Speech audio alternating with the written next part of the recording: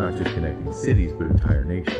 A grand vision that seems almost fantastical, and pulled straight from a speculative novel.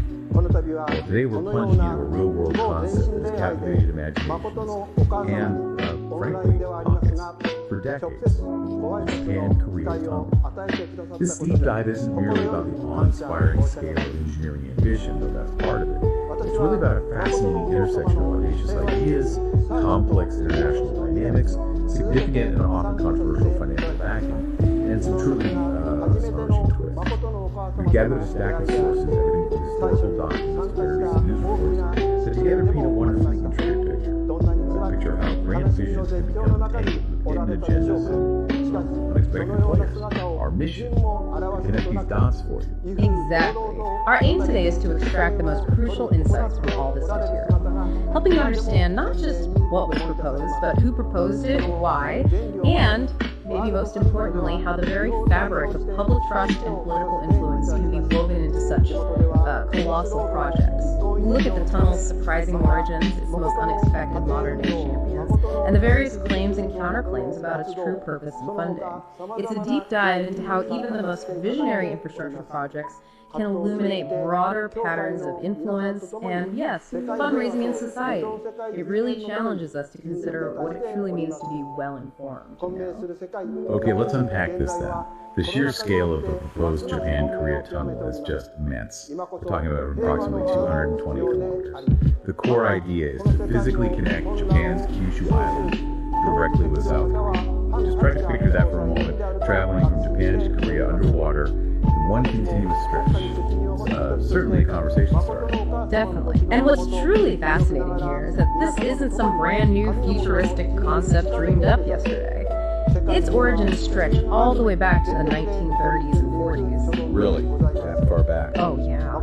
At that time, it was envisioned as a critical part of Japan's ambitious Greater East Asia Railway concept. This was a grand, almost imperial vision for a vast rail network, potentially connecting Tokyo all the way to Singapore. Wow. And this undersea tunnel was seen as a crucial sort of enabling link in that chain. Historical sources show that early investigations, including boring surveys in areas like Tsushima and Iki, were actually conducted during that period. So they were actually drilling. Some initial surveying, yes, before the plans were completely halted with the end of World War II, obviously. It shows this long-standing fascination with grand connectivity, though. Right, and this is where it gets really interesting, as you said, because after decades of being dormant, the idea resurfaced. But with a profoundly different driving force behind it, what shifted? Who became its primary and rather unexpected champions in the modern era? That's precisely the pivot. From the 1980s onward, the concept of the Japan-Korea tunnel was championed primarily by the Unification Church. Okay. Known in Japan as Sekai Heiwa Toitsu Kake Rengo. Correct. In 1981, their founder, Moon Sun-young, proposed it not just as an engineering feat, but as a key component of his international highway project, which he envisioned as a way to foster, quote, humanity as one family globally. So the project was given this whole new layer of meaning and purpose. So it went from a strategic, maybe even military strategic infrastructure project back in the day to something with a much broader, almost spiritual agenda.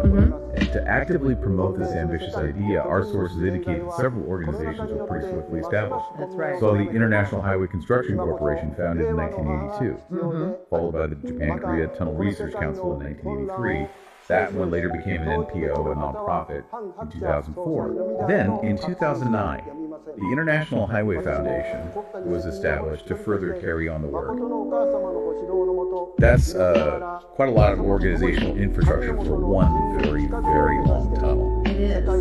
And a significant and frankly quite unique aspect of this promotion was something called the 1 millimeter movement. A 1 millimeter movement. What was that? Well, our sources indicate that believers were reportedly encouraged to donate 50,000 yen for each millimeter of the tunnel's proposed. Each millimeter of a 220-kilometer tunnel. Exactly. When you think about a 220-kilometer tunnel, that's an extraordinary number of millimeters. That's billions of yen per meter. Potentially, yes.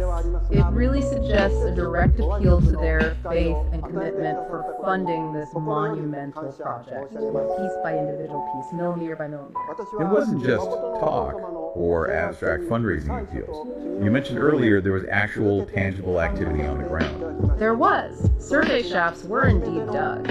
For example, in Nagoya, that's in Saga Prefecture, a shaft was started back in 1986, and it reportedly reached an impressive 470 meters into the ground. Wow, nearly half a kilometer down. Yeah. And later, similar shafts were developed in Tsushima in 2014 and Iki in 2015. So, despite the skepticism that might naturally surround such a project, physical work did proceed, which must have lent it a certain credibility, at least to those involved in donating. That's a considerable commitment of resources and effort, you have to say. Absolutely. But this project, as you alluded to, has been shrouded in considerable controversy, particularly regarding its fundraising methods. That's putting it mildly. Hiroshi Watanabe, who's a lawyer specializing in cases involving what are called spiritual sales victims. Okay, can you clarify spiritual sales for us? Sure. It generally refers to a controversial practice where donations are solicited, or maybe goods are sold at highly inflated prices, by leveraging a person's religious belief. Often with promises that aren't material, or without clear prospects of the claimed benefit actually happening, it can sometimes lead to significant financial hardship for the donor. Right, I see. So leveraging faith for financial gain, essentially. That's the allegation in this context. And Watanabe has characterized the Japan-Korea Tunnel Project, quite bluntly, as primarily an advertising balloon for believers. An advertising balloon, meaning? Meaning his claim is that it was designed mainly to collect substantial donations with, in his view, no realistic prospect of actual completion. He alleges it has led to hundreds of millions of yen in damages for believers since 1981, suggesting, a pattern of financial exploitation through this specific project. That's a very serious allegation. Hundreds of millions of yen. And it seems these concerns haven't just faded away. They've continued into recent times. They have. More recently, in January 2023, the Mainichi Shimbun newspaper reported something interesting. They found that groups affiliated with the Unification Church had acquired quite extensive tracts of land in Kuratsu, which is also in Saga Prefecture, near one of the proposed tunnel entry points. Okay. And the connection? Well, the suspicion reported was that significant donations from these very same believers, possibly raised through things like the millimeter movement, were used for these land acquisitions. I see. So it fuels the concerns about the transparency and the actual use of the funds collected ostensibly for the tunnel project itself. Where did the money really go? Precisely, it paints a more complex picture. Now, what about the other side? South Korea. It takes two to build a tunnel like this. What was their official stance? That's critical, of course, and it's quite clear. In 2011, their Ministry of Land, Transport, and Maritime Affairs conducted its own assessment, and their conclusion was unambiguous. The tunnel simply lacked economic feasibility. No economic case for it from that perspective. Correct. They even went so far as to express hope that discussions about its construction would simply cease. Just stop. Okay. That seems pretty definitive. You'd think so. But despite this clear official stance from a key potential partner, our sources indicate that some South Korean politicians actually continue to advocate for the project. Still pushing for it, even after the official thumbs down. Apparently so. It shows a persistent, though perhaps not officially sanctioned, interest in its realization on some level. Interesting. Now, the sources also reveal political engagement on the Japanese side, too. And it reaches quite high up the ladder, doesn't it? It certainly seems to. We're not talking about obscure local officials here. No. Former prime ministers like Takeshita Noboru, Hatetsutomu Mori Yoshiro, and Kuzumi Junichiro have all been associated with its promotion at various points, according to reports. Several former PMs. That's significant. It is, and more specifically, politicians such as Asotaro, Koga Makoto, and Kuma Akio were reportedly advisors to that Japan-Korea Tunnel Research Council back in 1993. Right, the NPO promoting the tunnel. Exactly, and even more recently, there's a connection highlighted. Minio Nakayama. He was chairman of the Japan-Korea Tunnel Promotion Kumamoto Prefectural Council. The same Minio Nakayama also chaired current Prime Minister Kishida Fumio's Kumamoto support group.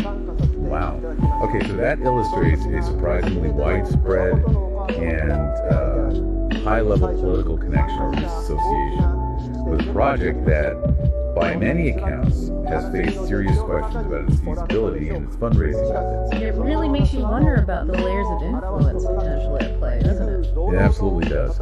So what does this all mean for us, the listeners, trying to make sense of these situations? This deep dive into the Japan-Korea Tunnel project with its mix of, huge ambition, religious advocacy, controversial fundraising, and these high-level political connections, it naturally leads us to a broader discussion, I think. It's about how political entities and movements sometimes operate, especially concerning funding, how ideas get spread, and how public support is, leveraged. It's about looking at the underlying mechanisms, maybe, not just the surface goals. That's an excellent point. And what's fascinating is how these underlying mechanisms often reappear in different contexts. It's not always about tunnels. Let's look at another example from our sources that helps expand this lens beyond just infrastructure projects.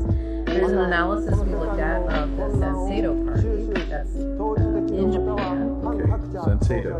What did the analysis say? Well, news reports we reviewed described their operating principle as being very similar to a multi-business. A multi-business, like a multi-level marketing or network marketing scheme.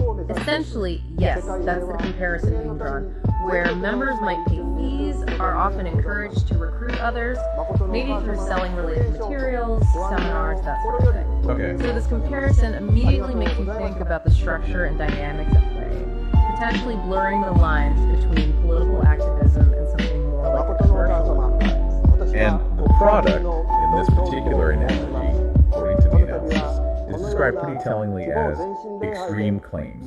Extreme claims, yes. And the analysis further suggests that, quote, good people are deceived and spread it to others. Which highlights a potentially crucial mechanism, right? That fervent conviction, perhaps rather than critical scrutiny, can become the primary driver for the spread of certain areas, especially within that kind of network-like structure. It's a powerful way to disseminate ideas, regardless of their basis, in fact, and that analysis holds true. Precisely. And the same analysis also highlights that the party will develop a way to hack the political system to make a profit. Hack the system for profit. What does that mean? Well, sources suggest this could include things like leveraging membership fees, selling educational materials, maybe books or videos, and creating a kind of referral structure that effectively monetizes ideological activism. So turning political support and activity directly into revenue streams for organizations. That seems to be the suggestion in the analysis. It points to concerns not just about specific projects like the tunnel or single organizations, but maybe about the very mechanisms through which political influence and support are generated and sustained today. It's a broader look at how different groups might leverage and even potentially monetize political influence. Right. So these different cases, you have a long-standing Japan-Korea tunnel project with its, let's say, unconventional fundraising model and those extensive political connections. And then you have this analysis of the modern political party's operational structure being likened to a multi-business. Taken together, they collectively raise profoundly important questions for all of us. They really do. They challenge us to consider the transparency of intentions behind these grand visions, whether it's building a tunnel or building a political movement, and the ethics of fundraising within both civic and political spheres.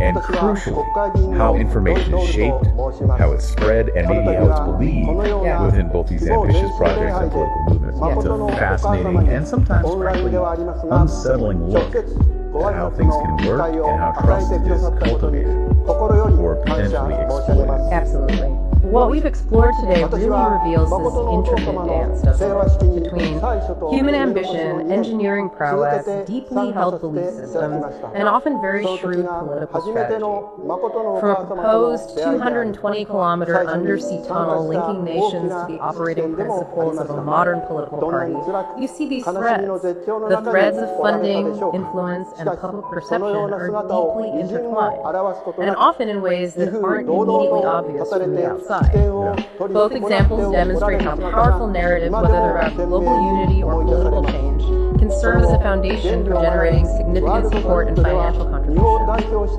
And sometimes this happens under structures that seem to diverge quite a bit from traditional models of, say, civic fundraising or political party operation. It's such a powerful reminder, isn't it, that being truly well-informed isn't just about knowing the big headlines or the stated goals.